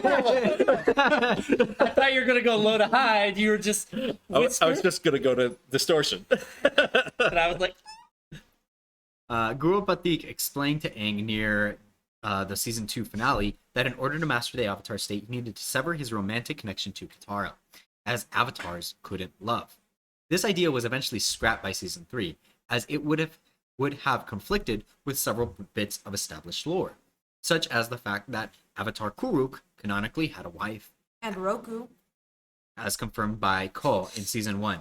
Avatar Roku was also revealed to be Zuko's maternal grandfather in season 3, revealing that he married and had children, which wouldn't have been possible if the show had stuck with the notion that avatars couldn't love. It also would have brought up the question of how Aang would repopulate the world with airbenders if he couldn't love. I mean, you don't need to love somebody to repopulate. Just say, That- get in the that's- comments, kid. I mean, first The of all, problem, they wouldn't stop them from doing this. What are they, Jedi? Yeah. the problem isn't that they can't love. The problem is the attachment. What are And they, what that Jedi? attachment would lead them to do. This Jedi Council talk over here. Yeah. Attachment. Trained her well. No, you didn't. She's the one who, if we were saying this, she'd be like, "Get out of here!" You're right. You're right. There's different. It's definitely the seeds are planted there. It's what you do with the attachment that makes it dangerous. Yeah, there's definitely they leave the seeds planted there still, but they remove like the full on. It's forbidden. So what you're saying is that if I'm in love with somebody and attached to them, and they wipe out a whole village of people, that's not okay, and I should just be like big red flags. Don't No, fall in love yeah. with this person. No, you should be like, don't look at me like that. Okay, and then die of sadness. Got it. Yes, exactly. So dumb. Oh. Die of sad. And now on Hey, to our. I'll Whether give you you love something dumber. dog- Rise of Skywalker. He killed the younglings. No, Anakin, you wouldn't do that. Cut to Attack the Clones. I killed them.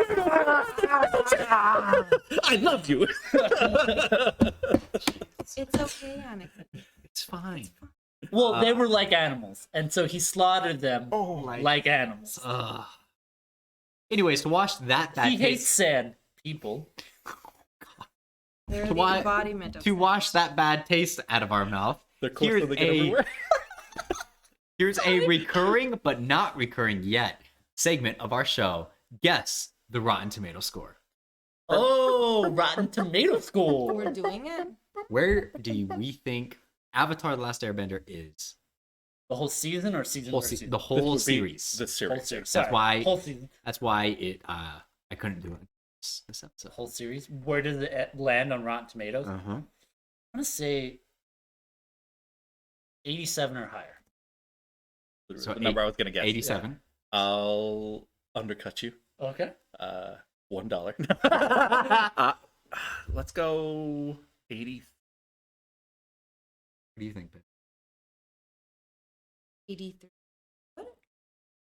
So it's 1 to 100% on Rotten Tomatoes. Where do you think? Right, so Yeah, anything under 60 is bad. So 59 to 0 is Is like- red, Yeah. It's and then the trash. green fresh ones are 60 why and above. would it be? Yeah. I guess because I get when they're confused red, they're about the super name. ripe, and before they're ripe, they're It's pretty much fresh. 1 to 100. What do you think critics gave it? That's essentially what. Why they call it Rotten Tomatoes, I don't know.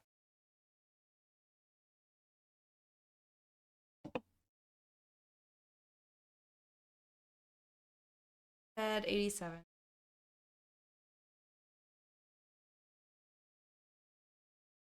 Between 80 and 85. 85. 85. Higher than all you say it. Up 90.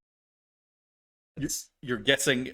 Oh, you haven't seen yet. I haven't seen it. Oh, cool. I was about to be like, oh, He's like, I guess Okay. 90, and it's 90. look at that. I guess Yeah. I win this segment. 100%. Wow. That's awesome. Wow. I think that's the Considering how first. old it is. I think it's the first 100% thing I've ever seen on Rotten. Really? I've seen a couple. Yeah. Yeah. Yeah. Well, Rise of Skywalker, not on there. That's not 100%. Yeah. Not even close. Yeah. Like Wow. 43. Man, I didn't know critics liked that this much. What's the audience? Is that 100 as well? I think Rotten Tomatoes is a combination of both. It should tell you It the should- breakdown. Like there's Rotten Tomatoes and then there's like the Let me see. bucket of popcorn. So average Rotten Tomato meter is 100. Average audience score is 98. Okay. That makes sense. Yeah, that's super close. Yeah. That's super good. No wonder this show is so Talked loved about. and revered. Like, it's just, it is a masterpiece, honestly. It especially in in cartoons. Like this is the best cartoon I've ever seen. 100%. Not the best. I have some Oh really? just childhood nostalgia. I- Ed and yeah, but Eddie. I was gonna say you're probably gonna say like Ninja Turtle. No, Ed and Eddie. Codename Kids Next Door. Definitely like one of my 2 favorite. But top- that's nostalgia. It's not critically. You know, that's just your emotional brain thing. It's not your It's your your logical. opinion. yeah, my opinion. I One thought so. person's opinion versus. a Look lot. up the Rotten Tomatoes for Ed and Eddie. Let's see it. No, Come on. no, Come on. another day. Courage Cowardly Dog. Let's do this right now. Let's make fun of Chris's likes and dislikes right now. Let's do it. Get in the comments. If you like those shows, don't get in the comments. Okay. I think it's time, guys. I think it's time Oh, we're leaving? to rank book 3 in Avatar. I would say it's- Currently, we have 2 and 1. Obviously, 2 in first spot, second spot. we ranked 2. We did. This is better than 2. Think it's better. I than 2? think this one takes the top, at least for me. Just based on the art, based on the everyone's bringing their A games from the voice actors to the director to everyone. I really like this one. I think yes, it's rushed, but for a show, other shows that may have rushed the endings and stuff, this one definitely takes the top cake on It's still For good. sure. Yeah. for show. On Awesome. what was I saying? For a series ending plus the season, because you can have good series ending stuff, but the season may have lacked. Sure. Where this one, it definitely takes what they set up in the or the first and second season and wrap it up as nicely in a bow as they possibly. What do you think, Frank? Real neck and neck. When I talked about this as I walked in the door, it gives to such a great run for it. I love watching that fight at the end. If I were being specific and you said, well, how many times have you watched this season? I'd say all the way through. I went through my second time. That fight, I've watched it like 18 times. Like, it's gorgeous to me. Yeah. It's one of those where it's like, oh man, that's so good. Is it cumulatively better than 2 for me? It's like, I think 2 wins by like nose. So close. Oh, wow. Because it two sets up what this hits out of the park. You know, it's in baseball, the runners before the cleanup batter are important, because if that cleanup batter hits a home run, he scores 4 points. And I feel like especially season 2 puts all those people on base so that 3 can hit the home run and get a grand slam. I get what you're saying. So I think that's what helps it edge just a little bit, but we're talking like 2 titans. And we're sitting down here, like, I can just barely tell one is taller, and I wouldn't be upset if as a group it was 3 at all.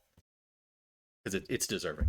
Okay. But for you specifically? For me, personally, 2 by like just like the hair on its teeth, kind of. Okay. Okay, sweet. 3 blows it out. Or the skin on its teeth, I think. 3 just destroys 2. What are you talking about? What do you think, Beth?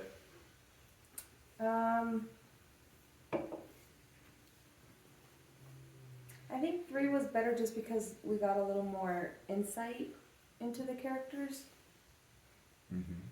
especially with the whole Ember Island thing, and with Azula, like, just going crazy, Toph metal bending, Oh, yeah.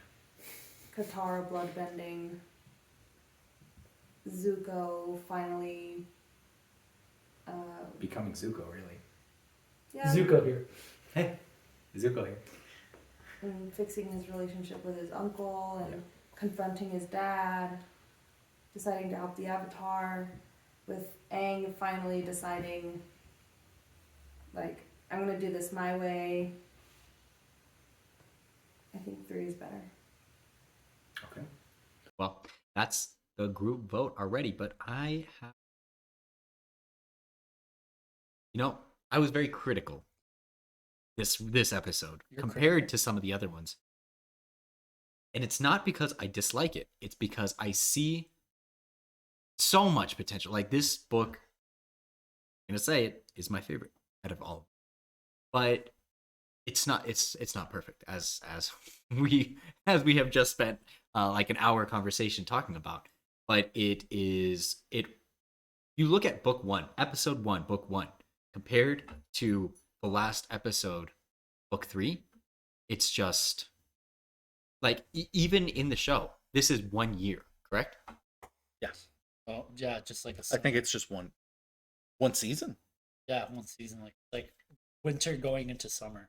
Oh, really? Because So like comet, 6 months then. the comet comes during the summer. Right. So it's 6 months. Yeah. Yeah. So it's within a year, and just No. the fact, like just where they are, you feel like this is a whole different group, whole different people. Even Aang's outfit changed to symbolize like him going from a child to the Avatar, Right. which is it wraps everything up on this is Avatar, and it does it so well. The execution is incredible. The characters you fall in love with for sure will get their spot to shine in.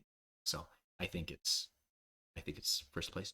I love, speaking with outfit, how they do Aang's dress, because you see him fit in with the fire. Like every nation that he's gone to, he's worn something of, like, he's dubbed in a little bit of the Water Nation training and rituals and how they lived and stuff like that with Sokka and Katara. And then when he gets to the Earth Nation, he puts the Earth disguise when he goes meets Toph, and he learns earthbending, and he is very much more rugged and very much more headstrong. And then when he goes to the Fire Nation, he definitely, has to put on disguise. So at that final fight, you see this combination of who he is and what he wears, because he not only has proven himself, but he's willing to wear Fire Nation garb to almost fight the Fire Nation board. So he's like, I shouldn't be wearing this, and I should have all this hatred for these people who wiped out my people and thought we had an army even though we were nomads. But yeah, I'm still going to respect their clothing, and I'm still going to, bring peace among these nations and work with a prince that's been literally chasing me. I shouldn't trust, but is the best teacher for me. I've known that all. Yep. Sweet. Well, what did you think of Avatar: Last Airbender? Book 3, Fire. Let us know in the comments. Do you agree with us? Is it 3, 2, and then 1? Who's your favorite character? Leave that all. Then maybe consider a like button. If you watched this far, you probably should hit the like button and subscribe, because we will be reviewing and ranking and revisiting quite a few more series on this channel. Think about what comes up in the future too. With the new show coming up, who's going to be the best firebender between May and Ty Lee? I thought they were earthbenders. I mean earthbenders between May and Ty Lee, because they're definitely benders. They're absolutely benders. They've been benders for a long time. So many years. They're masters, some would say. Yes. You would almost say that they bend girders. Bender. The robot that bends girders. Yeah. Well, be sure Futurama. to stay on here and watch Lore Splain and our deep dive if you haven't yet. And we will be back, who knows when, but we will be reviewing and adding Korra onto these lists. So stay tuned for that. If this gets over 100 million follows and likes, I will watch and tell you how much I love the live action Avatar Airbender and Rise of Skywalker. So like it, subscribe as much as you want. I don't think anybody wants to see that. I will watch it for them. That's what I'm Oh, saying. okay. I would sit down in the room and watch That, You mean the live action 2010 classic? live action Airbender? Yes. And The Rise of Skywalker, I watched them back to back. How many likes does it need? 1 billion. What? I don't think a video's gotten that much on YouTube. Exactly. No, 100,000. Anyways, thank you for watching. Stay flaming.